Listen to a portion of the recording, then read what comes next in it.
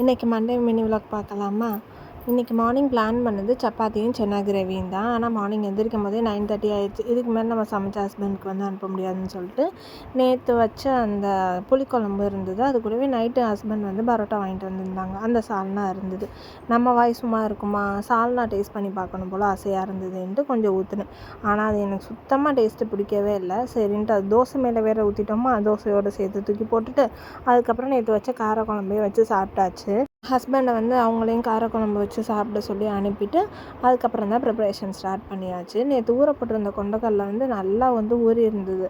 அதை உப்பு போட்டு வேக வச்சுட்டு சைட் பை சைடு வந்து அதுக்கு தேவையானதை வந்து நறுக்க ஆரம்பிச்சிட்டேன். தக்காளி வெங்காயம் இதெல்லாம் போட்டுட்டு கொஞ்சம் பன்னீர் வந்து வீட்டிலே செஞ்சது இருந்தது. அதையும் இதில் போட்டோம் அப்படின்னா டேஸ்ட் நல்லாயிருக்கும்னு சொல்லிட்டு எடுத்து வச்சாச்சு. இஞ்சி பூண்டு பேஸ்ட் வந்து 1 வீக்குக்கு தேவையானது ஒரு பாக்ஸ் ஃபுல்லாக அரைச்சி வச்சுருந்தேன்ல, அதை எடுத்து வச்சாச்சு. இப்போ வந்து சீக்கிரமே வந்து அது ஹெல்ப்ஃபுல்லாக இருக்கும் நம்ம செய்கிறதுக்கு அப்படின்றனால.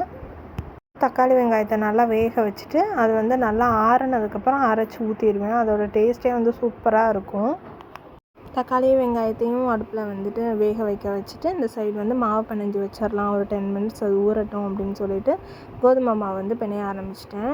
ஆஃப்டர்நூன் வந்து இந்த மாதிரி சப்பாத்தி சன்னா கிரேவியெல்லாம் ஒவ்வொரு டைம் நாங்கள் வந்து எடுத்துக்குவோம். சாதமே தான் சாப்பிட்ணுன்றதெல்லாம் இல்லை. எனக்கு வந்து சாதமே கொடுக்காம டிஃபன் கொடுத்தா கூட நான் தாராளமாக சாப்பிடுவேன் பிடிச்சி. சாதம்னா தான் சுத்தமாக இறங்காது.